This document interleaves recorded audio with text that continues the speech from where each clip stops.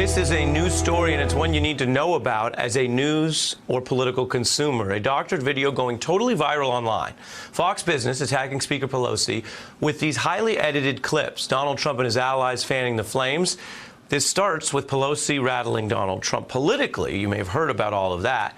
But I want to show you something here. Take a look at the real video that started this.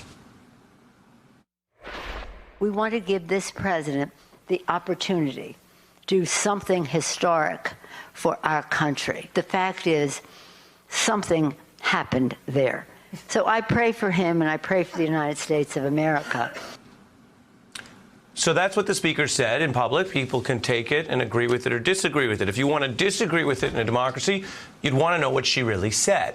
But now, for the purposes of truth, I'm going to show you briefly what a new political group is doing. These are opponents of Pelosi altering the video to make it sound like she was somehow slurring her words. And this propaganda, meaning this version of something that didn't actually happen the way it's presented, has already gotten over 2 million views online.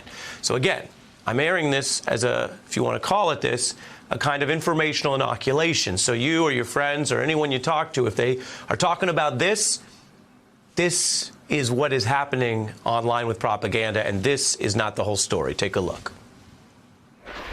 We want to give this president the opportunity to do something historic for our country. The fact is, something happened there.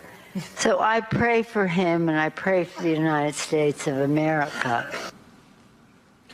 In a way, you could argue it's subtle, but take a look at what's happening. After Donald Trump says Pelosi's a mess who lost it, meaning there's a larger arc of trying to discredit her as somehow not all there, Trump last night retweets a Fox Business segment that has a video montage from a 20-minute news conference. Now, it's not slowed down, but it's edited together to try to also suggest that she keeps stumbling over her words.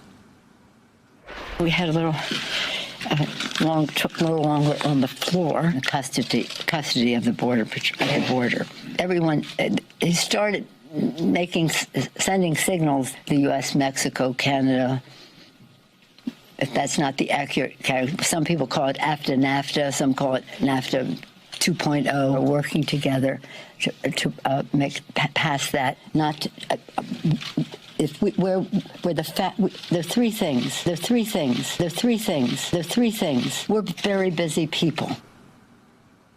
This is a bit of a new step in information political warfare, and it's a way that video editing and online sharing and all of this stuff we keep hearing about is reinforcing a political message from the top. Now, Donald Trump, the president, was asked about all of this today. Some of the altered videos that are being disseminated, is that going too far? Well, I don't know about the videos. What do you hope to accomplish with your personal attacks on the speaker? You're saying lost. Excuse me. This just shows how fake you and the news are.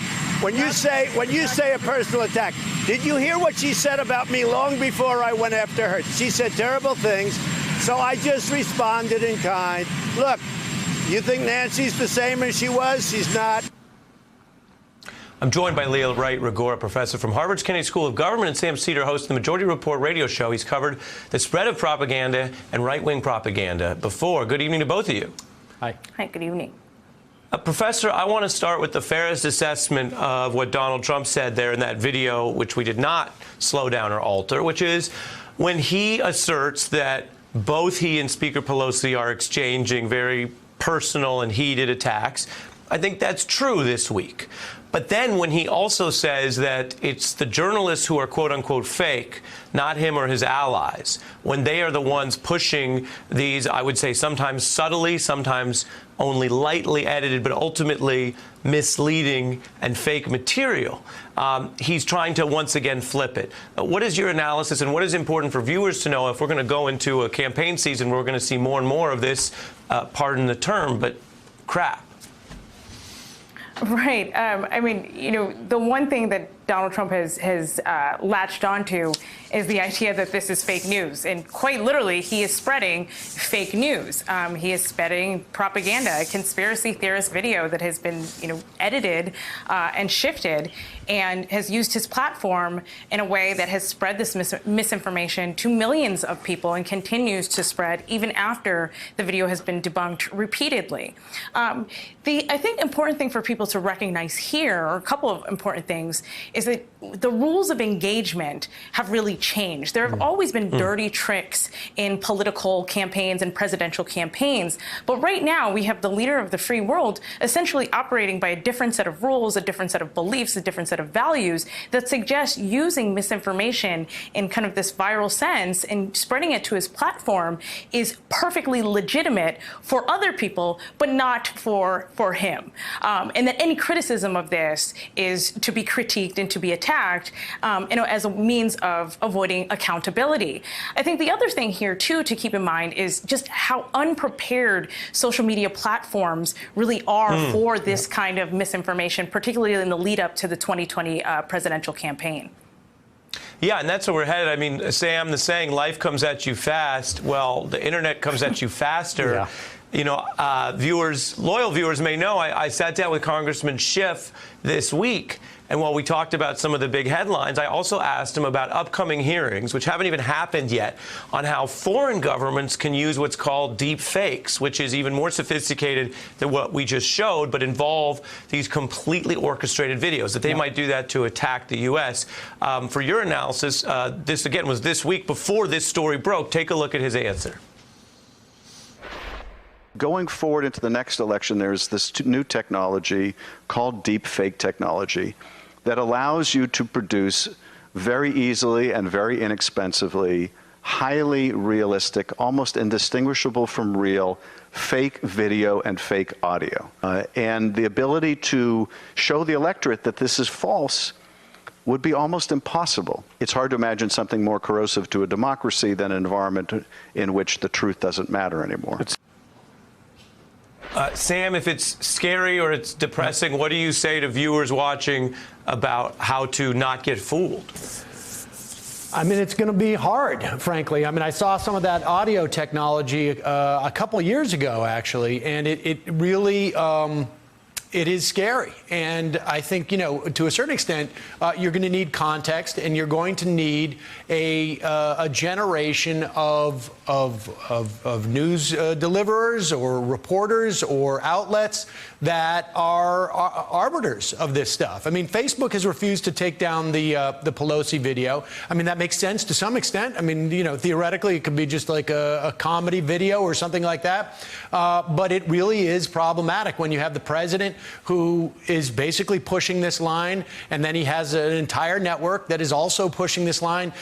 You mentioned Fox Business. It was all over Fox and Friends this morning, where they were talking about this entire push to make Nancy Pelosi look like she's, sort of losing her mind, losing a step, I think is what Trump said. So, I mean, I think it's going to involve citizens leaning in a little bit more on this stuff and being a little bit more skeptical. And frankly, I think that's going to be a big problem.